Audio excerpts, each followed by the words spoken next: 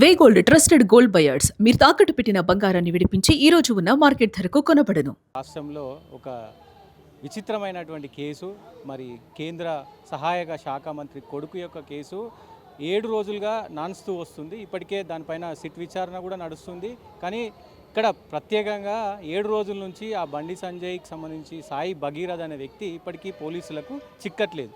So ఎందుకు చిక్కట్లేదు అనేది మరి బక్కా జడ్సన్ అన్న మనతో పాటు ఉన్నారు. బక్కా జడ్సన్ అన్న నిన్న ఎక్కడో లేడు, మీరు నాతో పాటు రండి, ముఖ్యమంత్రి రేవంత్ రెడ్డి ఇంట్లోకి వెళ్దాము, అక్కడే ఉన్నాడు భగీరథ అంటూ కూడా మరి అన్న అక్కడికి వెళ్ళిన పరిస్థితి ఉంది. అక్కడ ఆయనను కూడా అరెస్ట్ చేశారు. అయితే వాస్తవానికి అసలు ఈ కేసులో ఏం జరుగుతుంది, తెలంగాణ ప్రజలకు, ఓన్లీ తెలంగాణ ప్రజలకు ఈ కేసుకు సంక్లిష్టమైనటువంటి ఈ కేసు గురించి డీటెయిల్స్ అడిగి తెలుసుకునే ప్రయత్నం చేద్దాం. నిజంగా శిక్ష పడుతుందా పడదా, అసలు ఏంటి కేసు, ఎక్కడి వరకు ఏ ఏ కోణాల చుట్టూ తిరుగుతూ ఉంది, ఏంది అనే దానికి సంబంధించి మాట్లాడదాం. అన్న ఏం చెప్తారన్న, ఈ కేసులో ఓవరాల్గా మీరు నిన్న వెళ్ళిన పరిస్థితి ఉంది, అరెస్ట్ చేశారు, ఎక్కడెక్కడో దింపి మరి అంతే జరిగిన పరిస్థితి ఉంది, ఏం చెప్తారు దీని గురించి?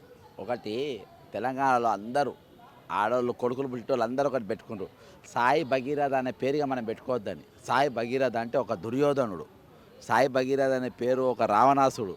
ఈరోజు బండి సంజయ్ అనే పేరు కూడా ఎవరు పెట్టుకోవద్దు అని ఇవాళ మన తెలంగాణ రాష్ట్రంలో అంతటా కూడా ఈరోజు ఈ పేరును బ్యాన్ చేస్తుండ్రు. ఆ పిల్లలను పెట్టుకుంటే ఒక రాక్షసుని టైటిల్ లెక్క ఈరోజు అయిపోయింది. ఎందుకంటే ఒక మహిళకు అందరు చూస్తున్నాగా ఏ విధంగా అన్యాయం జరుగుతుందని స్టెప్ బై స్టెప్ వాళ్ళకు అన్యాయం చేసుకుంటూ పోతూ ఉంటారు. అది కనబడతా ఉంది. కానీ ఏది ఏమైనప్పటికీ ఇవాళ తెలంగాణ సమాజం మాత్రం కన్ను తెరిచింది. తెలంగాణ సమాజం ఈ అన్యాయం అంటూ తెలంగాణ సమాజం దీని మీద చాలా తీవ్రమైన స్పందన అనేది తెలంగాణ సమాజంలో ఉంది. సో ఏం చెప్తారు అంటే, మీకు ఇప్పుడు 7 రోజులుగా సిట్టు మొన్న 3 డేస్ అవుతుంది వేసి, 3 రోజుల నుంచి కనబడట్లేదు, పోలీస్ స్టేషన్ కూడా రావట్లేదు, పిలిచారు అయినా కానీ నిన్న రాలేదు. సో నేను రేపు వస్తానంటూ కూడా ఆయన ఒక ఉత్తరం రాసినట్టు తెలుస్తుంది. 7 రోజుల నుంచి కూడా కేసుకు సంబంధించి ఎలాంటి డీటెయిల్స్ కూడా అంటే నత్తనడకన కూడా సాగుతలేదని చెప్పుకోవచ్చు. ఏం చెప్తారు? ఏం లేదు, ఆ కోర్టుకు పోయిన కోర్టు విచారణ అయిపోయింది. ఆ సిట్ అనేది కాలయాపన చేయడానికి, వాళ్ళని శిక్ష లేనికి కాదు సిట్ వేసింది. కాలయాపన చేసి వాళ్ళ సాధ్యమైన టైం ఇచ్చి బెయిల్ తెచ్చుకోనికి టైం దొరకనికి వేసినటువంటి సిట్టు ఈరోజు ఆయన అరెస్ట్ చేయలేకపోతుందంటే ఇక తెలంగాణ పోలీసు సమర్థతను నిన్న నేపాల్ మర్డర్ కేసులో పట్టుకున్నాం నిరూపించుకున్నారు. అర్థమైందా? ఇవాళ బంగారము అమ్ముకున్న దోచుగారు ఈయన పట్టుకునే పెద్ద పని కాదు. కాకపోతే ఆడ రాష్ట్ర హోంమంత్రి, కేంద్ర హోంమంత్రి వాళ్ళే పట్టుకోవద్దంటున్నారు కాబట్టి వాళ్ళు పట్టుకుంటారు, అంతే, అంత మించి ఏం లేదు. ఆయన పట్టుకుని పెద్ద టైం కాదు, పని కాదు. ఈ తెలంగాణ ప్రజలకు మీరు ఏం చెప్పదలుచుకుని, ఈ కేసులో నిజంగా బాధితులకు న్యాయం జరిగే అవకాశాలు ఉన్నాయా? న్యాయం జరిగే అవకాశాలు ఉన్నాయా లేవా అనేది కేసు రేపు ఒకవేళ ఆయనకు రిలీఫ్ ఇస్తే అది మన 50-50 ఆలోచించాలి. కానీ పబ్లిక్లో మాత్రం ఓడిపోయాడు. ప్రజాకోట్ల రేవంత్ ఓడిపోయాడు, ఈయన ఓడిపోయాడు. ఎవరు? మిస్టర్ బండి సంజయ్. రేపు వచ్చే ఎన్నికల్లో తెలంగాణ ప్రజలు రఫా రఫా రఫా రఫా రఫా కొట్టి పాడేస్తారు, గెలవరు. ఎవరు?